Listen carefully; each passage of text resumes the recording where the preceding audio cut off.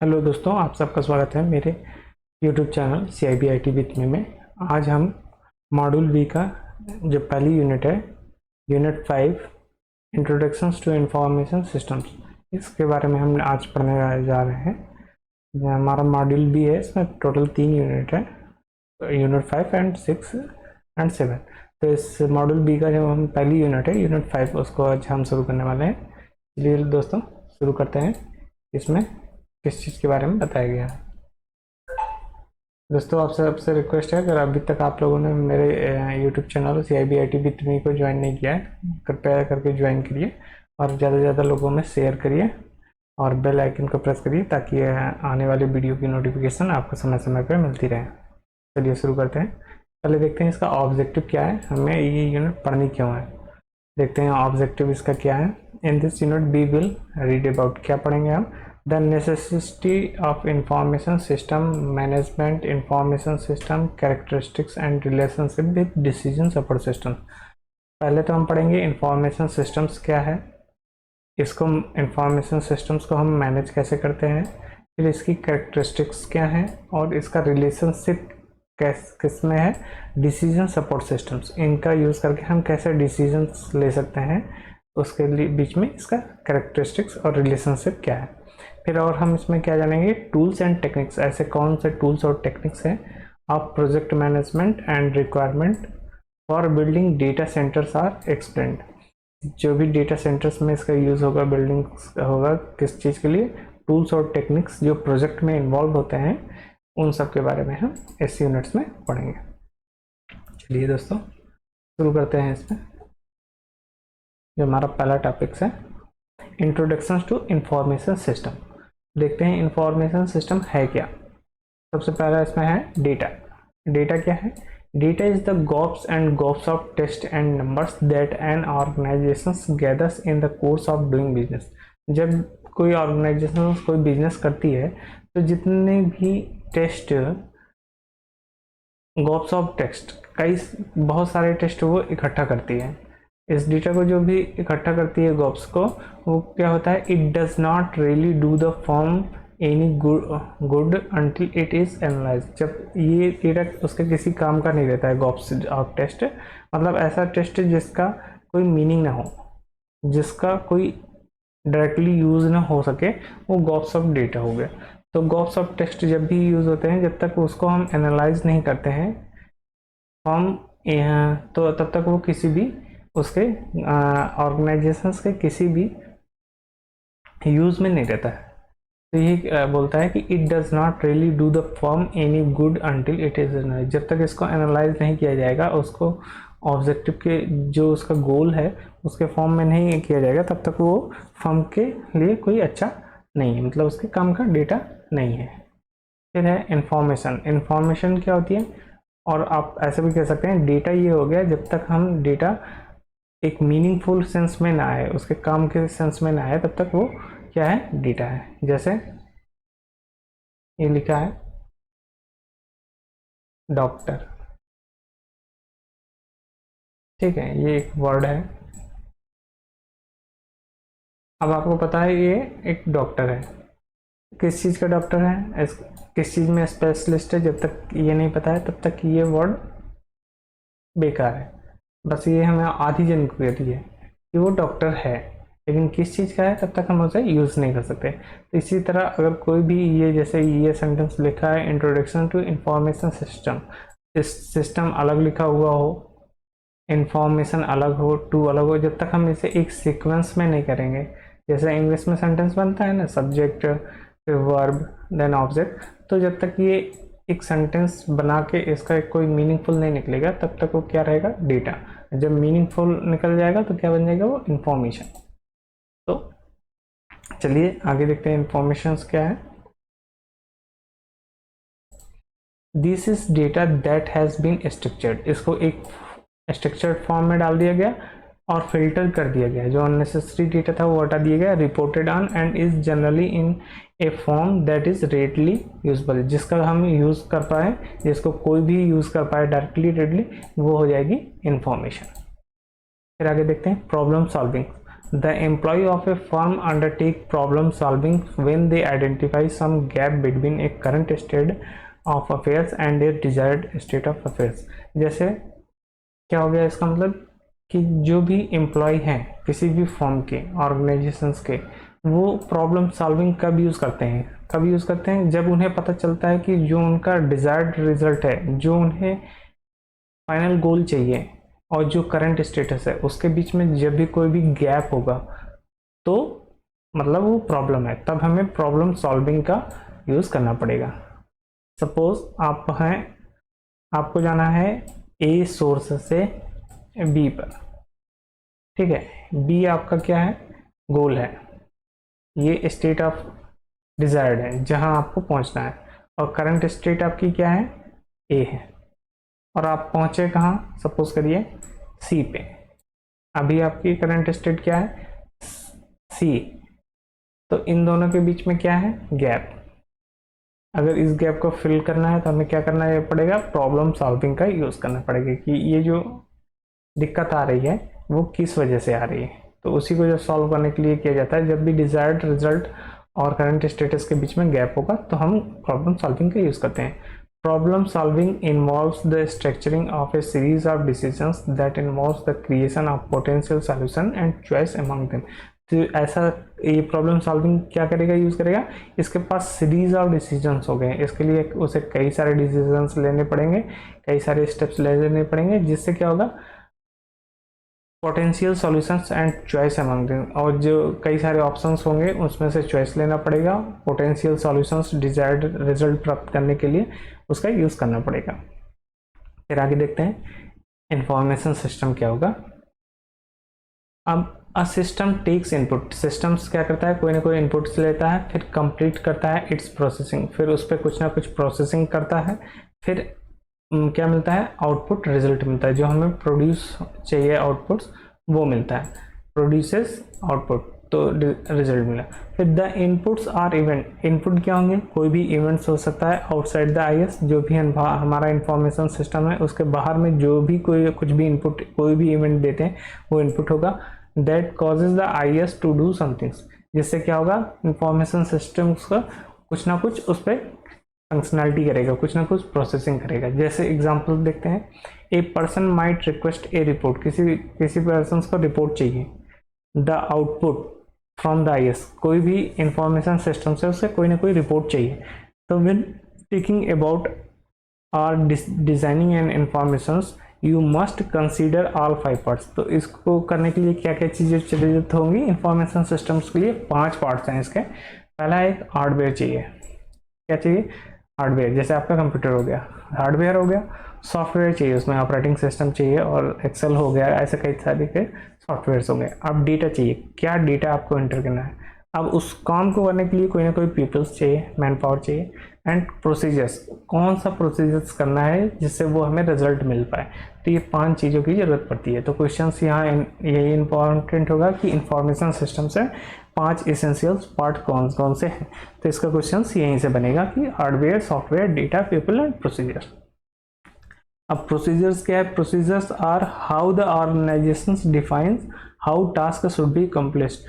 तो प्रोसीजर्स क्या है, वो ऑर्गेनाइजेशंस डिफाइन करेगा कि वो रिजल्ट को पाने के लिए क्या हम प्रोसीजर्स करेंगे, क्या हम करेंगे कि हमें वो टास्क कंप्लीट हो जाए, उसी को बोलेंगे प्रोसीजर्स।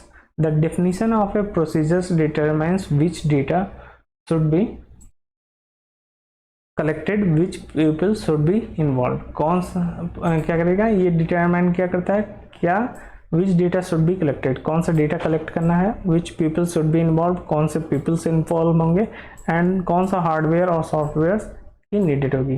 तो उस डेटा को प्राप्त करने के लिए, उस रिपोर्ट्स को प्राप्त करने के लिए ये चीज़ें प्रोसीजर्स में हमें पता चलेंगी कि कौन सा डेटा हमें कलेक्ट करना है उसके लिए, और कौन से लोग लगेंगे, और कौन सा हार्डवेयर और सॉफ्टवेयर की ज़रूरत पड़ेगी। फिर आगे देखते हैं सिस्टम डेवलपमेंट साइकिल, यहाँ से क्वेश्चन जरूर आएंगे। शॉर्ट फॉर्म होता है SDLC। इसके क्या है, 5 स्टेजेस होते हैं। पहला प्लानिंग एंड एनालिसिस, किसी भी काम को करने के लिए हमें पहले प्लानिंग करना होता है, फिर उसकी एनालिसिस करना होता है, फिर उसको डिज़ाइन करते हैं और डेवलप करते हैं, फिर उसको इम्प्लीमेंट करेंगे, फिर टेस्टिंग करेंगे और टेस्टिंग सफल होने के बाद उसको एक्सेप्ट करेंगे, फिर ऑपरेशन एंड मेंटेनेंस उसका हमेशा चलता रहता है। तो ये 5 पार्ट होते हैं SDLC में, ये पांचों पार्ट इंपॉर्टेंट है, इसको याद रखना है। चलिए पहला पार्ट इसमें डिस्कस करते हैं। पहला पार्ट क्या है? Planning and analysis. Planning involves defining the problem, setting systems objective, creating high level project plan and conducting a feasibility study। Planning क्या करता है? ये करता है डिफाइन करता है प्रॉब्लम्स, क्या प्रॉब्लम्स है हमारा, सेटिंग सिस्टम ऑब्जेक्टिव, क्या ऑब्जेक्टिव है हमारा, हाई लेवल प्रोजेक्ट प्लान, क्या प्लान रहेगा इसका, and conducting A feasibility study, और क्या पता करेगा कि ये जो चीज़ें रिक्वायरमेंट है वो फिजिबल है कि नहीं। ऐसा हो भी सकता है कि नहीं कि कुछ भी बोल दिया कि हमें ये चाहिए, तो वो ज़रूरी नहीं है कि सब चीज़ें अचीवेबल हों, तो वो फिजिबल है कि नहीं वो भी हमें देखना है। ऐसा ना हो कि कोई असंभव सा टास्क दे दिया और वो उसको आप करने में लगे, पता चले वो होना ही नहीं है। जैसे मान लीजिए टाइम मशीन, अभी के समय मुमकिन ही नहीं है कि हम पास्ट में जा सकें, तो वो फिजिबल ही नहीं है। तो इसी तरह हमें प्रोजेक्ट में भी देखना होता है कि वो फिजिबल है कि नहीं। फिर एनालिसिस करेंगे। Analysis also involves organizing the project team organize करना होता है, गैदर बिजनेस रिक्वायरमेंट्स, और हमें कौन सी रिक्वायरमेंट्स चलेंगी उसको गैदर करना होगा। Define the system performance criteria, कौन सा परफॉर्मेंस कैसे होगा। फिर क्रिएटिंग प्रोसेस डायग्राम, और उसके लिए प्रोसेस डायग्राम हमें क्रिएट करना होगा, कैसे कैसे काम होगा। फिर defining the information need of the systems, कौन सा इंफॉर्मेशन नीड है उस सिस्टम्स की, ये सारा हमें एनालिसिस में देखना होगा। तो ये आपको याद रखना है। पहले हम प्लान करेंगे, फिर प्लान करने के बाद एनालाइज करेंगे कि कौन सा क्या किस चीज़ की रिक्वायरमेंट्स रहेगी और कैसे हम उसका डायग्राम और डिफाइन करेंगे, ये चीज़ें इसमें रहेंगी। फिर आगे देखते हैं। सेकंड इसका साइकिल्स क्या हो गया? पहला प्लानिंग एंड डिजाइनिंग हो गया, दूसरा हो गया design and development. Planning and analysis हो गया, फिर अब है हमारा डिजाइन एंड डेवलपमेंट। अब जब सब कुछ सही है तो हम डिजाइन करेंगे। System elements such as screen and reports are design in this stage. कैसे कैसे डिजाइन होगा, स्क्रीन कैसे होंगी और कैसे रिपोर्ट्स डिजाइन होंगे, उसका आउटले इसमें बनाए जाएंगे। Using method such as prototype, इसके लिए हम प्रोटोटाइप यूज करते हैं, किस तरह दिखेगा। And tools such as computer aided software, जैसे आपने देखा होगा कि कोई भी हाउस बनाने के लिए, मकान बनाने के लिए पहले उसका क्या बनाया जाता है? एक पेपर पे नक्शा बनाया जाता है। जैसे बोलते हैं कि यहाँ बेडरूम रहेगा, यहाँ किचन रहेगा, यहाँ पर स्टेयर्स रहेंगे, फिर ये कॉमन हॉल रहेगा, यहाँ पर कार हमारी होगी। तो इस तरह ये क्या है? ये एक तरीके का क्या बनाते हैं? प्रोटोटाइप। किससे बनाते हैं? कैड सॉफ्टवेयर से, कंप्यूटर एडेड सॉफ्टवेयर से बनाते हैं। तो वो इसी फॉर्म में बनाते हैं। जब इसका 3D डायमेंशन हम कंप्यूटर्स पे हम देखते हैं तो किससे बनता है? कैड से। तो वही है designing. At this stage development tools, 1 minute मैं इरेज कर दूँ इसको। हाँ, फिर देखते हैं। At this stage, development tools, programming language and development environment, operating systems, hardware, networks and standards are selected. The system's cost are also projected at this stage. तो सबसे इम्पोर्टेंट यहाँ एक क्वेश्चन बनेगा कि किस स्टेज में वह सिस्टम्स की कॉस्ट प्रोजेक्टेड की जाती है। तो सेकेंड स्टेज में की जाती है, जिसका नाम है डिज़ाइन एंड डेवलपमेंट। तो अब जब हमारा पास डिज़ाइन हो गया तो फिर हम क्या करेंगे? डेवलपमेंट करेंगे। अब उस डेवलपमेंट के लिए हमें कौन से टूल्स चाहिए? जैसे टूल्स में प्रोग्रामिंग लैंग्वेज हो गया एंड एनवायरनमेंट हो गया। और एनवायरनमेंट में क्या आएगा? डेवलपमेंट एनवायरनमेंट में कौन सा हमें ऑपरेटिंग सिस्टम चाहिए, कैसा हमारे पास सिस्टम सॉफ्टवेयर्स होने चाहिए, कैसा हार्डवेयर होना चाहिए, कौन सा नेटवर्क चाहिए, कौन से स्टैंडर्ड्स हमें फॉलो करने हैं, ये सारे सिलेक्टेड होते हैं किसमें? डेवलपमेंट एनवायरनमेंट में। और कॉस्ट का जो हमें पता चलेगा सिस्टम्स का, वो इसी प्रोजेक्ट का कॉस्ट क्या होगी इसी में पता चलेगा। फिर देखते हैं प्रोग्रामिंग लैंग्वेज क्या होता है जो इसमें यूज होती है। Information system professionals write program in certain programming language. इसके लिए कोई ना कोई प्रोग्रामिंग लैंग्वेज यूज होगी, जैसे सी हो गई, C++ हो गया। Were develop to general programming language, C general programming language है। That is they were meant to be used for wide variety of task. ये कई तरीके के टास्क के लिए यूज होता है। Other programming language were developed to address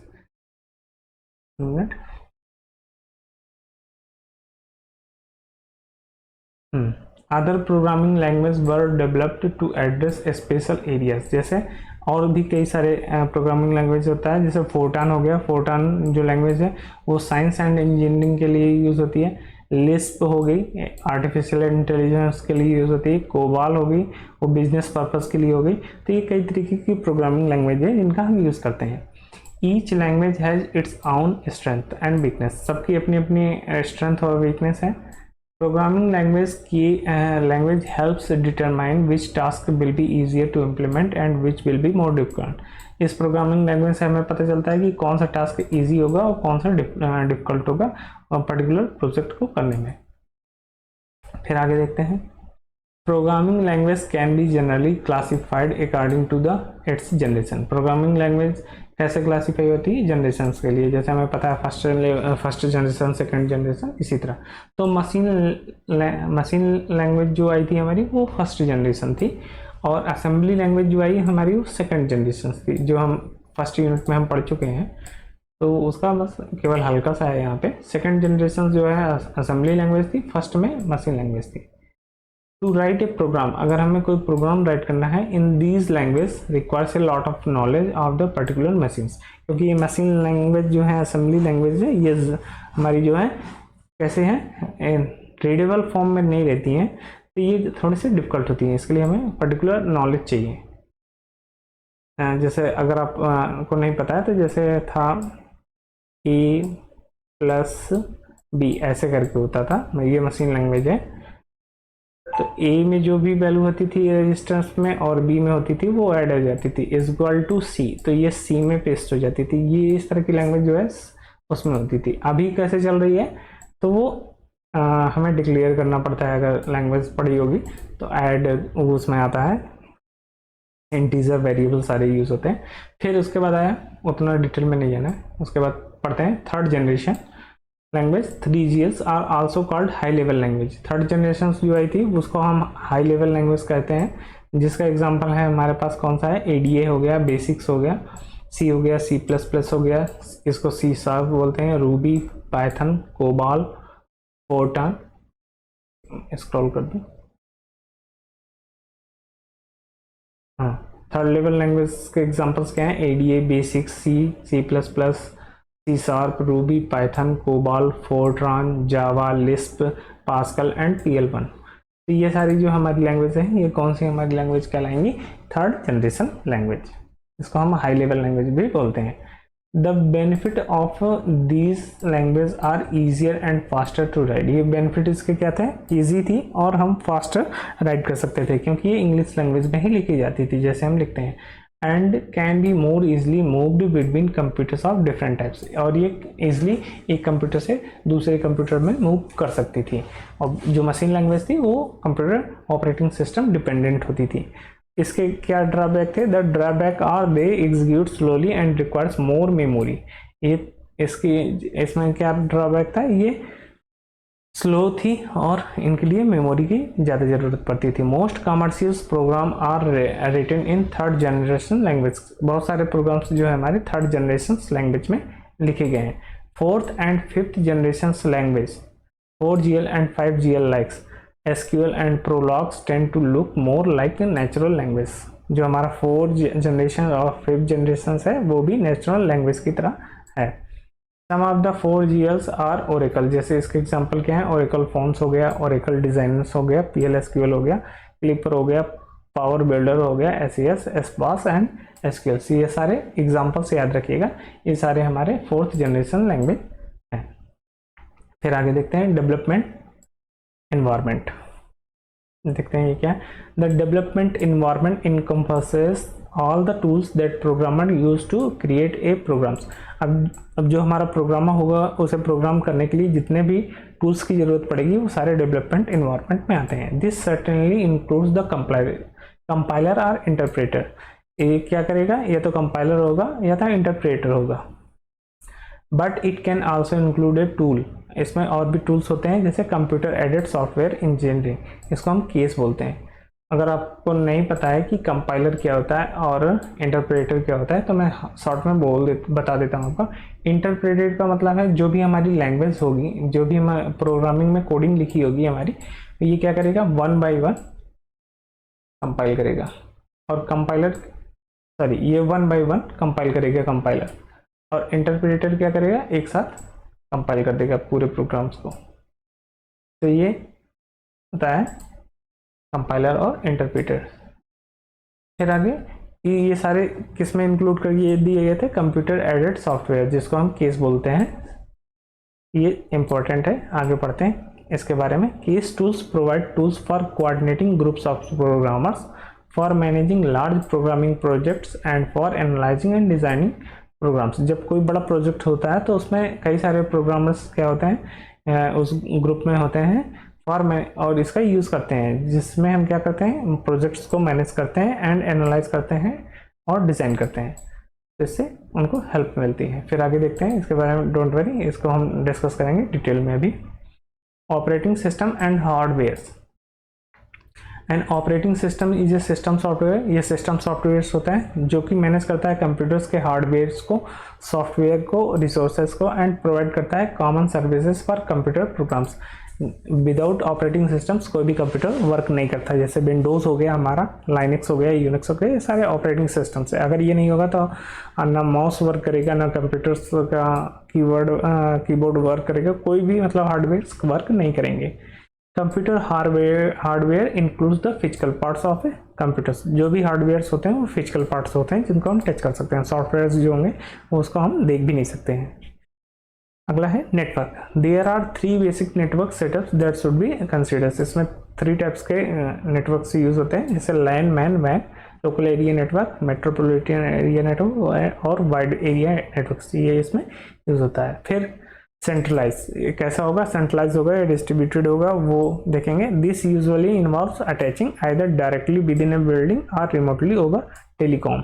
ये प्रोजेक्ट जब डेवलपमेंट होगा तो प्रोग्रामर्स कैसे यूज करेंगे, या तो एक ही बिल्डिंग्स में काम कर रहे होंगे या रिमोटली होंगे, तो कैसे एक्सेस कर रहे होंगे, remotely through telecom. Dumb terminals to a central main frames, ये सेंट्रल मेन फ्रेम कंप्यूटर से डेटाबेस से जुड़े होंगे जहाँ से वो एक्सेस कर रहे होंगे।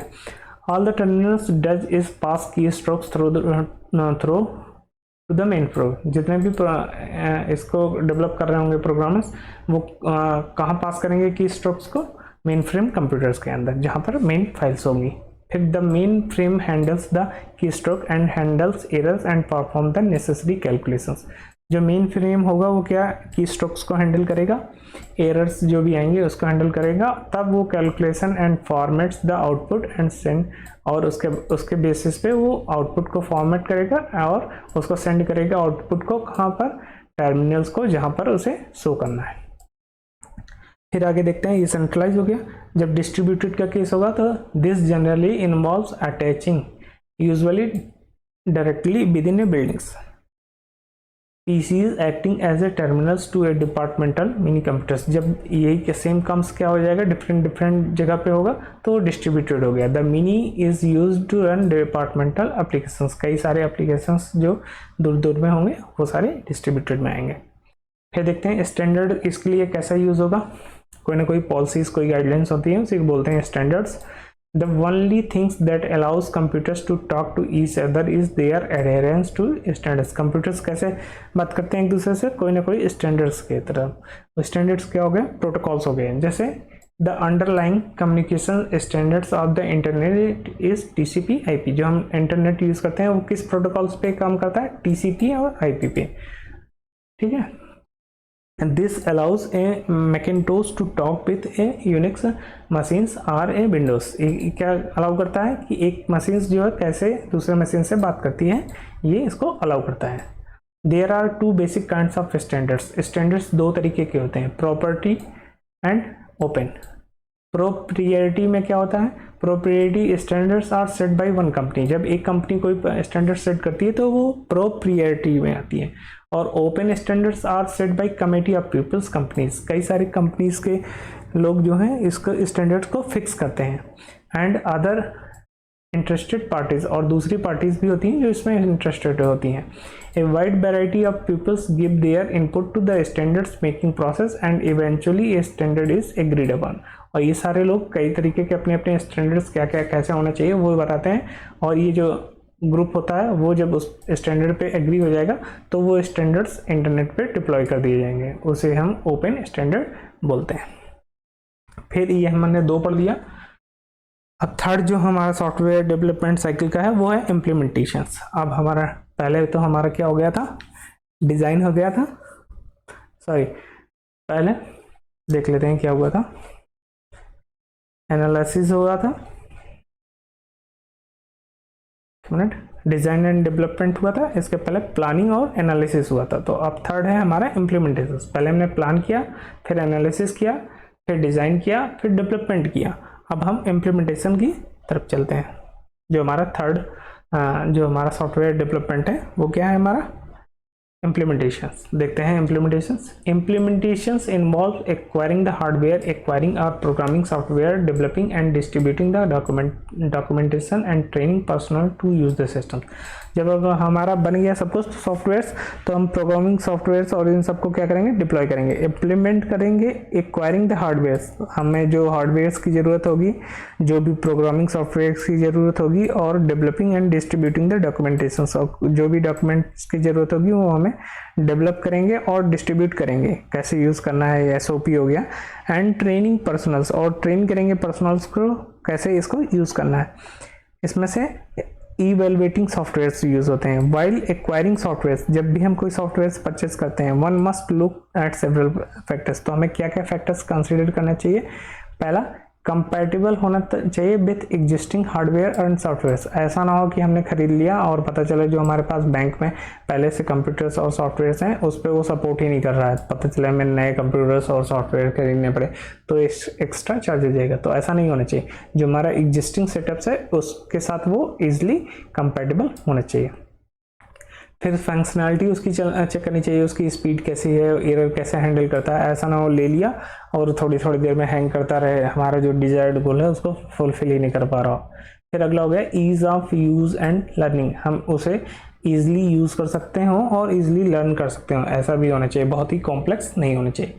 फिर डॉक्यूमेंटेशन एंड टेक्निकल सपोर्ट्स भी होना चाहिए, उसका डॉक्यूमेंटेशन भी सही होना चाहिए, कुछ उसमें खराबी आ रही है तो टेक्निकल सपोर्ट भी अवेलेबल होना चाहिए। फिर प्राइस भी उसका उसी हिसाब से कम होना चाहिए, इंक्लूडिंग अपग्रेड्स भी उसमें ठीक ठाक आने चाहिए, और उसकी मेंटेनेंस भी एनुअली कम होनी चाहिए। तो ये सारे इसमें यूज़ होता है। फिर मॉडल ऑफ सॉफ्टवेयर डेवलपमेंट्स के मॉडल्स कौन कौन से हैं वो अभी हम देखेंगे। If you are going to develop the softwares, one of the choice you will have to make involves which model of software development your programming team will use. तो 3 तरीके के मॉडल हैं। एक वाटरफॉल, ये सब क्वेश्चंस इंपॉर्टेंट है, पूछ लेगा कि सॉफ्टवेयर डेवलपमेंट के कौन से मॉडल्स हैं। तो waterfall model, spiral model and prototype model. अब 1 बाय 1 हम देखते हैं कि ये मॉडल्स होते क्या हैं। वाटर मॉडल हम पहले देखते हैं। Water model, the user must specify the entire systems, जिसको रिक्वायरमेंट है। सपोज बैंक को कोई सॉफ्टवेयर खरीदना है किसी कंपनी से, तो क्या करेगी वो, पहले तो हम यूज़र हो गए तो हम क्या करेंगे, बैंक क्या करेगी वो बताएगी कि उसको इंटायर सिस्टम्स के बारे में कैसे उसे चाहिए, पूरा बता देगी कि उसकी रिक्वायरमेंट क्या है। फिर उस specification is handed off to the development team. तो अब वो जो स्पेसिफिकेशन हमने बताया कि ऐसा ऐसा चाहिए हमें सॉफ्टवेयर, जैसे सपोज करिए मोबाइल बैंकिंग बनाया तो हमें कस्टमर से नेफ्ट, RTGS सारे ऑप्शंस उसमें, UPI सब होना चाहिए, तो कस्टमर्स लॉगिन कर पाए उसमें और ट्रांजेक्शन्स कर पाए। हमने सारे स्पेसिफिकेशंस बता दिए। अब वो डेवलपमेंट टीम के पास स्पेसिफिकेशंस पहुंच गए, अब वो क्या करेगी उस पर वर्क स्टार्ट करेगी, बिल्ड द सिस्टम्स, और वो बनाएगी और आपको दे देगी बैक टू द यूजर्स। अब आप चेक करिए, ये हो गया वाटरफॉल मॉडल, एक ही बार में आपसे स्पेसिफिकेशंस पूछी और आपको बना के दे दिए, ये हो गया वाटरफॉल मॉडल। अब स्पाइरल मॉडल में क्या होगा, इसका थोड़ा सा अलग है। The user specify part of the system, जो यूज़र होगा जैसे बैंक, वो एक पर्टिकुलर पार्ट बताएगा कि आपको केवल इतना करना है। जैसे मोबाइल बैंकिंग में केवल UPI बताया कि UPI करना है, तो जो डेवलपमेंट टीम है उसने उस पार्ट को डेवलप किया, the system using this specifications, जो आपने बताया उसको यूज किया, बनाया। अब वो बनाने के बाद क्या हुआ, this user is then given this part of the systems. अब यूजर के पास वो आ गया, फिर यूजर अगर दोबारा बताएगा, the user specify another part of the system, अब बताएगा अब हमें नेफ्ट भी चाहिए, अब आपने नेफ्ट के लिए भी डेवलप किया। फिर उसके बाद उस डेवलपमेंट टीम ने वो बना के आपको दे दिया, फिर उसके बाद फिर आपने दूसरा स्टेप बनाया, इस तरह वो चलता रहेगा। तो ये स्पाइरल बाइंडिंग होगा, कभी खत्म ना हो। जैसे सपोज करिए एक और सिंपल वर्ड्स में बताएं, जैसे ये है जमीन का टुकड़ा, आपको क्या बनाना है, इस पे घर। सबसे पहले आपने क्या बनाया, बताया कि आप इसमें न्यू बनाइए, आपको जो इसका कंस्ट्रक्शन का बेस लाइन होगा वो पहले बनाइए। तो उसने क्या किया, इसके कॉलम्स न्यू भर दिया, ठीक है। अब ये बना के दे दिया। अब आपने इसमें कहा, अब इसमें आप यहाँ पर लेटरिन बनाइए, यहाँ पे आप बेडरूम बनाइए, यहाँ पे किचन बनाइए। अब एक आपने थोड़ा बनाया, जैसे इसने बनाया, फिर मतलब एक स्टेप बताइए, फिर उसके बाद वो कंप्लीट हो, फिर दूसरा बताइए, तो थोड़ा थोड़ा बताते रहिए। वही है हमारा स्पाइरल मॉडल। अब प्रोटोटाइप मॉडल्स क्या है, यूजर्स जो है, बैंक जो है, वो अपना उसको क्या रिक्वायरमेंट है वो डिस्क्राइब कर देगी। तो जो हमारी डेवलपमेंट टीम होगी वो क्या करेगी, वो क्या करेगी, एक सिंपल उसका प्रोटोटाइप बना देगी। जैसे आपने देखा होगा घर बनाने के लिए या सोसाइटी बनाने के लिए एक छोटा सा वो डेमो की तरह का प्रोटोटाइप बना देते हैं कि ये यहाँ पे इतनी सारी बिल्डिंग्स रहेंगी और यहाँ पे स्विमिंग पूल्स रहेंगे, यहाँ पे गार्डन रहेगा, यहाँ पे पार्किंग की व्यवस्था रहेगी और यहाँ पे प्लेग्राउंड रहेगा। तो इस तरह का उन्होंने एक सिंपल प्रोटोटाइप बना के आपको दिखा दिया। अब इसमें कुछ भी मॉडिफिकेशंस करना है आपने कर दिया, उन्होंने दोबारा से इसको मॉडिफाई करके दोबारा प्रोटोटाइप बना दिया और उसके बाद आपको शो कर दिया। जब आप एग्री हो गए तब इसी प्रोटोटाइप के बिहाफ पे वो एक्चुअल प्रोजेक्ट को बनाती है। तो इसी को हम बोलते हैं प्रोटोटाइप मॉडल। फिर अगला देखते हैं, इम्प्लीमेंटेशन हो गया हमारा, अब हमारा टेस्टिंग का पार्ट हो गया, टेस्टिंग एंड एक्सेप्टेंस। अब हम टेस्ट करेंगे, अगर सब सही है तो हम उस प्रोजेक्ट को एक्सेप्ट कर लेंगे। चलिए देखते हैं। Testing stage is usually a subset of all the stages as is the modern SDLC model. सारे जितने भी स्टेज हैं उसका सबसेट है, क्योंकि इसमें मॉडर्न SDLC मॉडल्स में testing activities are mostly involve in all the stage of SDLC। सारे स्टेजेस में टेस्टिंग्स होती है इसमें SDLC की, क्योंकि अभी प्रोटोटाइप में भी हमने टेस्ट किया, हर चीज़ में करेंगे। However this stage refers the testings only stage of the product where the product defects are reported, tracked and fixed and retested. इसमें क्या होगा, जितने भी प्रोडक्ट्स के जो हमारे ड्रॉबैक्स हमें पता चलेंगे वो क्या होंगे, वो उनको हम रिपोर्ट करेंगे, उसको ट्रैक करेंगे, उसको फिक्स करेंगे और फिर रीटेस्ट करेंगे। ऐसा करेंगे जब तक until the product reach the quality standard defined in the initial phase. जो हमने क्वालिटी बताई थी, जब तक उस फेज में हम पहुंच नहीं जाएगा। That is software requirement specification, जिसको हम SRS बोलते हैं। जो हमारी रिक्वायरमेंट थी, जब हमें वो गोल मिल जाएगा तब हमारा ये टेस्टिंग बंद हो जाएगा।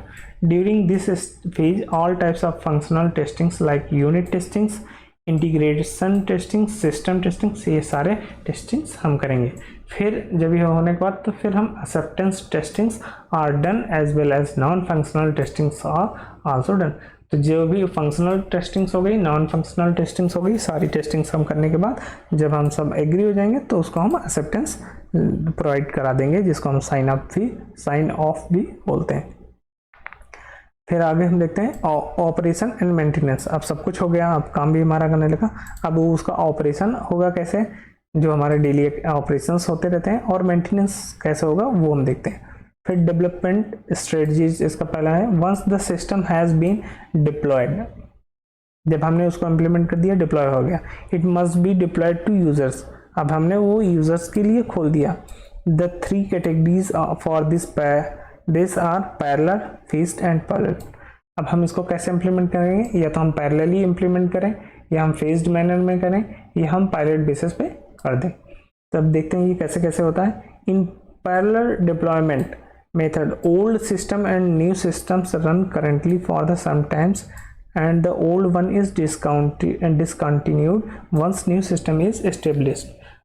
जब एक नया सिस्टम हो गया तो हम उसको क्या करेंगे, डिसकंटिन्यू कर देंगे। जैसे अब समझिए ये आपका कोई पैरेलली चल रहा था सिस्टम्स प्रोजेक्ट, अब ये न्यू वाला आ गया, ये न्यू वाला है,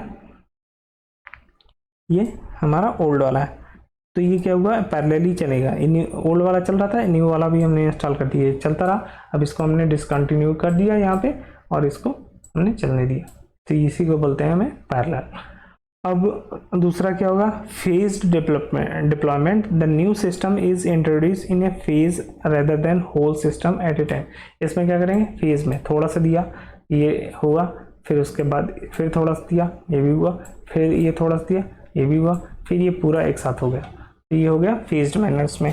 और उसके बाद अगला क्या है, होल पायलट बेसिस पे। इसमें क्या करते हैं, कम्प्लीटली कुछ पर्टिकुलर्स बंदों को पायलट बेसिस पे टेस्टिंग के लिए देते हैं, जब वो इम्प्लीमेंट हो जाता है तो उसको बोल देते हैं कि ओल्ड वाला डिसकंटिन्यू। इन दिस देखते हैं, in this pilot method of deployment the whole system is introduce and tested over period of time. पूरा कम्प्लीटली लॉन्च कर दिया जाता है और कुछ समय के लिए वो टेस्टेड किया जाता है, जब वो सही है तो उसको लाइव कर दिया जाता है। उसमें सिलेक्टेड केवल यूजर्स होते हैं। फिर एक्वाइजिशन ऑफ प्रोजेक्ट्स, अब हम एक्वायर कर रहे हैं, हम प्रोजेक्ट्स को फाइनली एक्वायर कर रहे हैं, वो देखते हैं हम।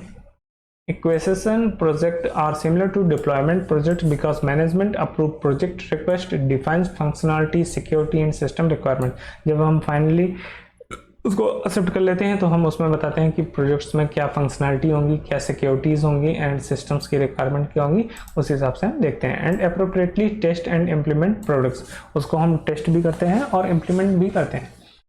Organizations often employ structured acquisitions methodology similar to SDLs। तो ऑर्गेनाइजेशन बिल्कुल सॉफ्टवेयर डेवलपमेंट साइकिल्स जो हमने पढ़ा बिल्कुल उसी तरीके से एक्वायरिंग करने के लिए इसका यूज करता है। Significant hardware and software products, जबकि क्या करता है, organisations replace the SDLC design and development phases with A bid solicitation process that involves developing details list of functional securities and system requirement and distributing them to third parties। अब इसमें क्या करता है, bid के through करता है, इसमें बोली लगती है। SDLC की तरह डिप्लॉयमेंट फेजेस में क्या करता है, बिड होता है, दैट जिसमें क्या इन्वॉल्व होता है, डिटेल लिस्ट ऑफ क्या आपकी फंक्शनलिटीज़ हैं, क्या सिक्योरिटीज़ रहेगी आपकी, क्या सिस्टम्स की रिक्वायरमेंट रहेगी और कैसे आप डिस्ट्रीब्यूट करेंगे थर्ड पार्टीज़ के बीच में, सारी बिड में हम बता देते हैं। फिर एक्वाइजिशन standards should also ensure managers complete appropriate vendors.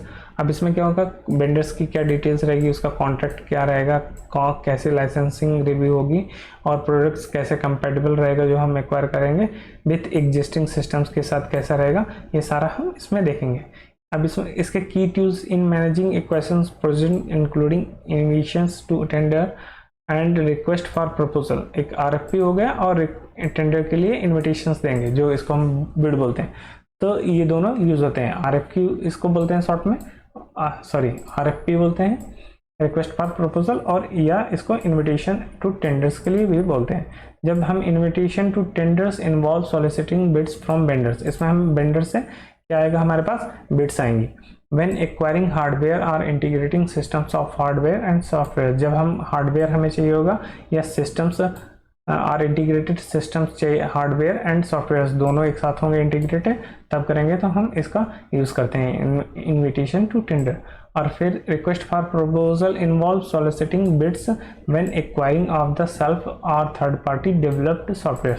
जब हम थर्ड पार्टी को हम देंगे कि उस तरह हमारे जो सॉफ्टवेयर्स वो हमारे जो हार्डवेयर्स हैं उसके लिए हमारे इन्वायरमेंट में वो सॉफ्टवेयर जब डेवलप करके देगी तब हम उसके लिए RFP का प्रपोजल करते हैं। कभी कभी the terms are sometimes used interchangeably, कभी कभी बोलचाल में इन दोनों एक दूसरे में यूज होते रहते हैं।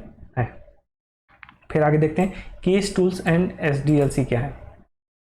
Computer aided software engineer, CASE is the domain of software tools use to design and implement applications. तो ये क्या होता है कि इसमें कंप्यूटर एडेड जो सॉफ्टवेयर्स होते हैं वो एक तरीके के डोमेन है, मतलब कई चीज़ें उसमें सॉफ्टवेयर टूल्स उसमें एक साथ रहेंगे। जो सॉफ्टवेयर टूल्स वो यूज़ होते हैं किसी चीज़ को डिज़ाइन करने में, सॉफ्टवेयर्स को एंड इम्प्लीमेंट करने के लिए एप्लीकेशंस में। आगे देखते हैं डिटेल में। Keys tools are similar to and work partially inspired by computer. CASE tools बिल्कुल कैड की तरह है, जैसे हम कैड में डिजाइनिंग करते हैं 3 डायमेंशनल में tools used for designing hardware products, जैसे हम हार्डवेयर प्रोडक्ट्स को डिजाइन करने में कैड का यूज करते हैं, ठीक वैसे ही हम केस टूल्स का यूज करते हैं सॉफ्टवेयर डिजाइन में। चलिए देखते हैं केस टूल्स हमारा डिटेल में। CASE tools are a set of software applications program which are used to automate software development activities. जो भी हमने सॉफ्टवेयर डेवलपमेंट एक्टिविटीज के 5 पार्ट पढ़े, जब हम उसका यूज करते हैं एक टूल्स में, सारी चीज़ों को हम मिला देते हैं, तो वो उस सॉफ्टवेयर को हम बोलते हैं केस टूल्स। अब देखते हैं CASE tools are used by software project manager. इसको हम प्रोजेक्ट मैनेजर यूज करता है, जो कि एंड एनालिसिस्ट यूज करता है एंड इंजीनियर करता है, क्या करने के लिए, सॉफ्टवेयर को डेवलप करने के लिए। There are number of CASE tools available to simplify various stage of software development cycles. Market में बहुत सारे ऐसे केस टूल्स अवेलेबल हैं, जैसे analysis tools, design tools and project management tools, data management tools, documentation tools are name of few. इनके नाम याद रखिएगा, ये नाम आपको दे देगा क्वेश्चंस में और पूछेगा ये इसमें से कौन सा केस टूल नहीं है। इस तरह क्वेश्चंस आएंगे तो आप नाम याद रखना है आपको, जैसे analysis tools, design tools, project management tools, database management tools and documentation tools. Use of case tools accelerate the development of project to produce desired result and helps to uncover flaws before moving ahead with next stage in software। इसमें क्या होता है, case tools का use करके कौन सा उसमें project to produce desired result, हमें जो डिजायर्ड रिजल्ट चाहिए वो मिल रहा है कि नहीं, वो हेल्प करता है to uncover flaws before moving head, ताकि इसमें क्या कमी है आगे बढ़ने से पहले हमें पता चल जाए। अब केस टूल्स के लिए कंपोनेंट्स क्या क्या होते हैं वो देखते हैं। CASE tools can be broadly divided into the following parts. 2 parts में है, based on their use at a particular SDLC stage. जो इसमें SDLC में कितने स्टेज होते हैं उसके हिसाब से इसको डिवाइडेड किया गया है। कितने पार्ट्स में, can be broadly divided into the following parts, वो देखते हैं अभी हम। Central repository. अब सेंट्रल रिपोजिटरी का मतलब कोई भी आपका डेटा जो है सेंट्रली हो गया।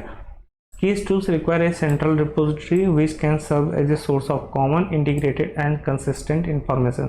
अब हमें केस टूल्स के लिए सेंट्रल रिपोजिटरी चाहिए जहाँ पर हम सारे कॉमन सोर्सेस और integrated consistent information easily store कर सकें।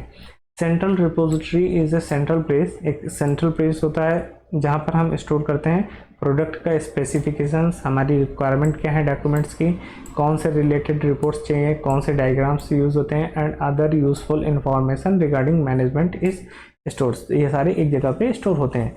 Central repository also serves as data dictionary. हम इसे डाटा डिक्शनरी को भी बोल सकते हैं।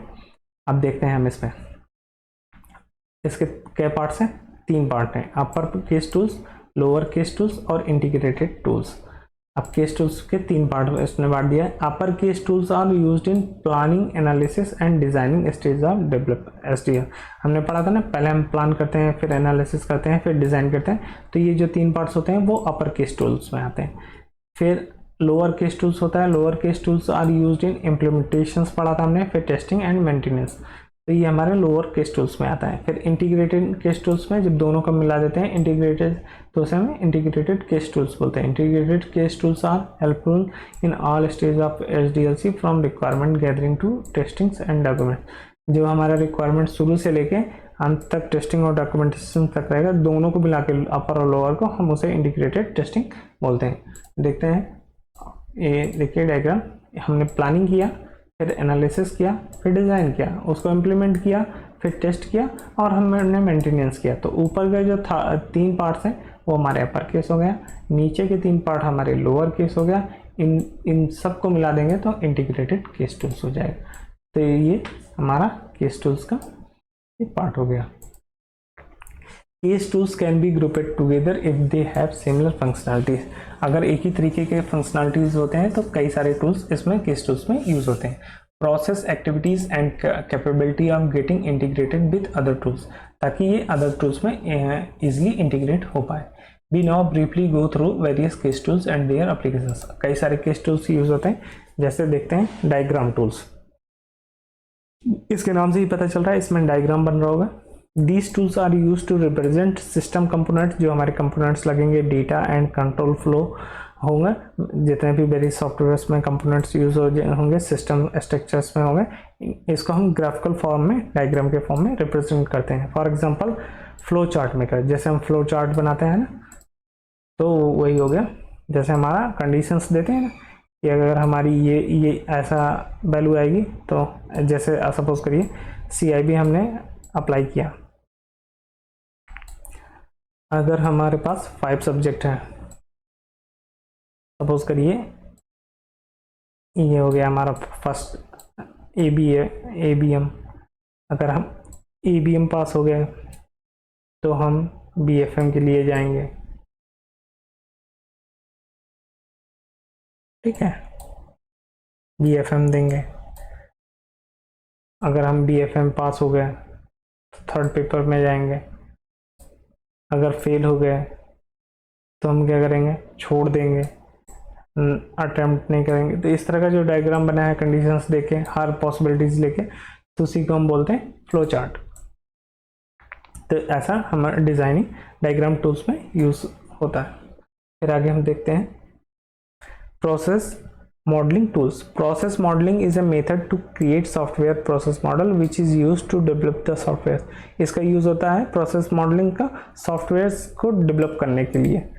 Process modelling tools helps the manager to choose a process model और modify it as per the requirement of software products. तो ये करता है, इसमें प्रोसेस मॉडलिंग एक तरीके का टूल्स है जो मैनेजर्स को हेल्प करता है क्या करने में, मॉडल्स, प्रोसेस मॉडल और मॉडिफाई इट एज पर, जैसे कोई भी रिक्वायरमेंट होती है सॉफ्टवेयर प्रोडक्ट्स में, उसके हिसाब से इसको मॉडिफाई कर सकते हैं। तो इसका एग्जांपल है EPF कंपोजर। एग्जांपल जरूर याद रखिएगा। फिर आगे देखते हैं project management tools. These tools are used for project planning. Project का हमारे प्लानिंग के लिए कॉस्ट उसमें कितना लगेगा, कितना एफर्ट वो लगेगा, प्रोजेक्ट का शेड्यूल्स कितना टाइमिंग लगेगी एंड रिसोर्स कितने लगेंगे, इन सबको प्लान करने के लिए प्रोजेक्ट मैनेजमेंट टूल का यूज़ किया जाता है। जो managers have to strictly comply project executions with every mention step in software project management. तो मैनेजर्स को जितने भी इसमें स्टेप्स हैं वो स्ट्रिक्टली कंप्लाई करने पड़ेंगे, तब जाके एग्जैक्ट डेटा निकल के आता है। Project management tools help in storing and sharing project information in real time through out the organisations. इसका यूज़ हम ऑर्गेनाइजेशंस में रियल टाइम डेटा भी शेयर करते हैं कि कितना हमारा जो है प्रोजेक्ट पे काम हो गया है। इसके टूल्स जो हैं उसका एग्जांपल है क्रिएटिव प्रो ऑफिस हो गया, ट्रैक प्रोजेक्ट हो गया एंड बेस कैंप हो गया। तो इसके एग्जांपल भी याद रखना है। फिर आगे देखते हैं डॉक्यूमेंटेशन टूल। अब हमारे ये सब हो गया, तो हमें डॉक्यूमेंट्स भी कहीं ना कहीं प्रोड्यूस करने होंगे, तो डॉक्यूमेंट्स हमें ना बनाना पड़े, तो इसलिए इसमें ये टूल्स भी यूज होता है जो इस पर डायरेक्टली करने पे हमारे डॉक्यूमेंट्स आ जाते हैं। तो documents in a software project start period to the software process, ये शुरू से स्टार्ट होता है जब हम सॉफ्टवेयर प्रोसेस से स्टार्ट करते हैं, goes through out all the phase of, ये सारे SDLC फेजेस में यूज होता है। After the completion of the project also use होता है, क्योंकि मेंटेनेंस होता है, तो वो तो हमें डॉक्यूमेंटेशन हमेशा चाहिए। Documentation tools generate documents for technical users and end users. ऐसा हमें इंड यूजर्स के लिए भी चाहिए और टेक्निकल यूजर्स के लिए भी चाहिए, जैसे बैंक को भी चाहिए और टेक्निकल टीम जिसने डेवलप किया है उसको भी टेक्निकल डॉक्यूमेंट्स चाहिए। Technical users are mostly in house professionals of the development team who refer to systems manuals. जो टेक्निकल यूजर्स होते हैं वो इन हाउस होते हैं, मतलब जो डेवलप करते हैं वही होते हैं, तो उसी ऑर्गेनाइजेशंस के अंदर होते हैं। तो वो उनको मैनुअल्स भी होते हैं, उनके पास रेफरेंस मैनुअल्स भी होते हैं, ट्रेनिंग्स मैनुअल्स भी उनके पास होते हैं, इंस्टॉलेशंस मैनुअल्स भी होते हैं, ये सारे होते हैं। लेकिन जो इंड यूजर डॉक्यूमेंट्स होता है वो डिस्क्राइब करता है फंक्शनिंग कैसे करेगा, कैसे वर्क फ्लो होगा सिस्टम्स का, उनके पास केवल यूज़र मैनुअल होता है। अब जैसे आप सपोज करिए आपने कोई कार खरीदी, तो आपके पास उसमें मैनुअल कौन सा मिलेगा, आपके पास यूज़र मैनुअल मिलेगा। क्योंकि आप एंड यूज़र हैं, जबकि उसका जो सर्विस करेगा उसके पास ये सारे होंगे, रेफरेंस मॉडल मैनुअल होगा, ट्रेनिंग होगा, टेक्निकल मैनुअल होगा, जैसे भी वर्क करेगा वो सारा होगा। तो इस तरह के टूल्स के एग्जाम्पल्स क्या हैं, डॉक्सीजन है, डॉक्टर एक्सप्लेन है, एडोब रोबो हेल्प है फॉर डॉक्यूमेंटेशन। ये सारे यूज होते हैं डॉक्यूमेंटेशंस में। फिर आगे देखते हैं analysis tools. These tools helps to gather requirements automatically, check for any inconsistency inaccuracy in the diagrams, data redundancy और एररनेस ओमिशंस। अब एनालिसिस टूल्स नाम से ही पता चल रहा है एनालाइज करेगा कि कोई उसमें इनकन्सिस्टेंसी तो नहीं है, कोई इनएक्यूरेसी तो नहीं है हमारे में, तो वो सॉफ्टवेयर में इसका काम इसलिए होता है, वो ऑटोमेटिकली चेक करेगा। फॉर एग्जांपल इसका एग्जांपल है Accept 360 Accompa CaseComplete for requirement analysis, visual analysis for total analysis. जब टोटल एनालिसिस करना है तो विजुअल एनालिसिस का यूज़ होता है, बाकी केसेस में एसेप्ट 360 एकोम्पा केस कंप्लीट ये इसका यूज़ होता है एनालिसिस करने के लिए। फिर अगला है डिज़ाइनिंग टूल्स। अब हमने जो डिज़ाइन किया है उसके भी कोई टूल्स होगा। These tools help software designer to design the block structures of the software. अब जब सॉफ्टवेयर होगा तो पूरा कंप्लीटली सॉफ्टवेयर में कई सारे पूरा एक साथ प्रोजेक्ट होता है, तो उसको कई पार्ट्स में डिवाइड कर दिया जाता है, जिसको हम ब्लॉक या मॉड्यूल्स भी बोलते हैं, ताकि कई लोग डिफरेंट लोग एक एक मॉड्यूल्स बनाएंगे और जल्दी वो हो जाता है। तो इस वजह से इसको ब्लॉक्स में बांट दिया जाता है, विच में further be broken in smaller modules, जिसको हम स्मॉलर मॉड्यूल्स में तोड़ देते हैं using refinement techniques. These tools provide detailing of each modules and interconnections among modules. ये टूल्स क्या करता है, डिटेल प्रोवाइड करता है किस मॉड्यूल्स में क्या क्या है, और इन सबके इंटरकनेक्शंस भी प्रोवाइड करता है। और इस तरह के टूल्स का एग्जांपल क्या है, animated software design.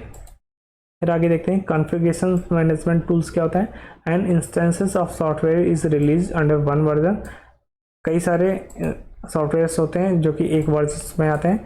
Configuration management tools deal करता है किसमें, वर्जन एंड रिविजन्स मैनेजमेंट में, बेस लाइन कॉन्फ़िगरेशंस मैनेजमेंट में, और चेंज कंट्रोल मैनेजमेंट में। ये तीन तरीके में कौन सा वर्जन आ रहा है, कौन सा बेस लाइन कॉन्फ़िगरेशंस था और कौन सा चेंज होगा उसमें, इस चीज़ को मैनेज करता है।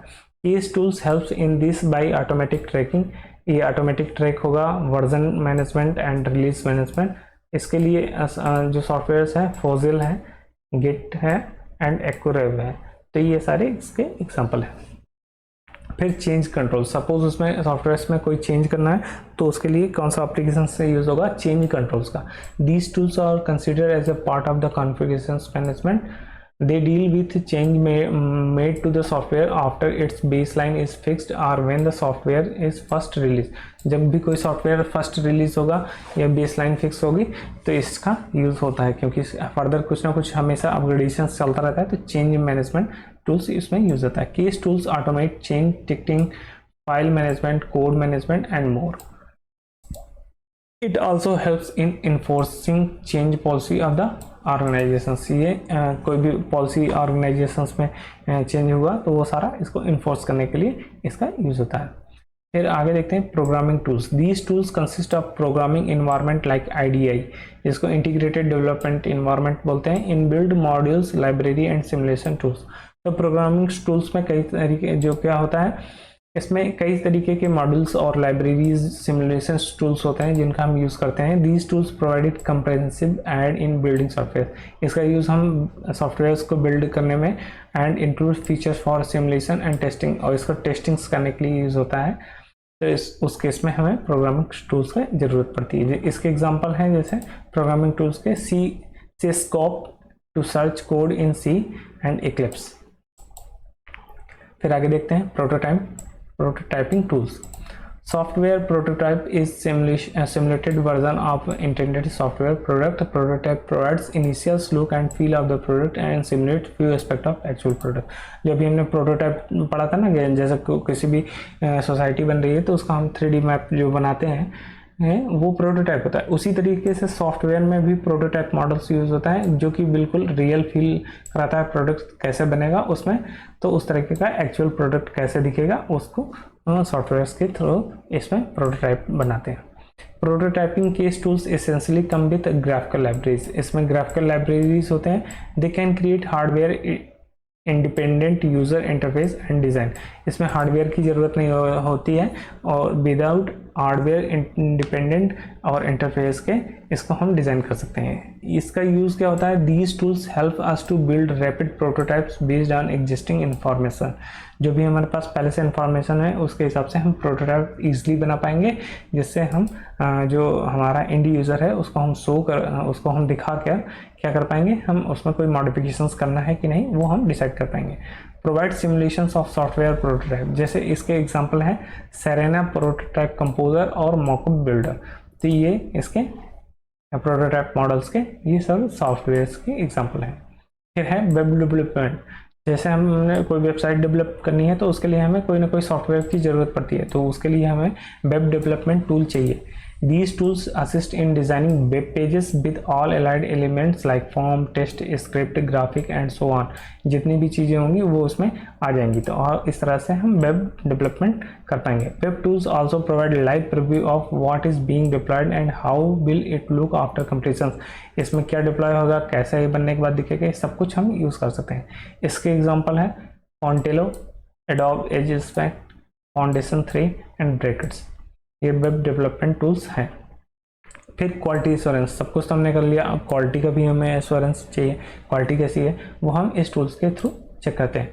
Quality assurance in a software organization is monitoring the engineering process and methods adapted to develop the software product in order to ensure conformance of quality as per organization standard.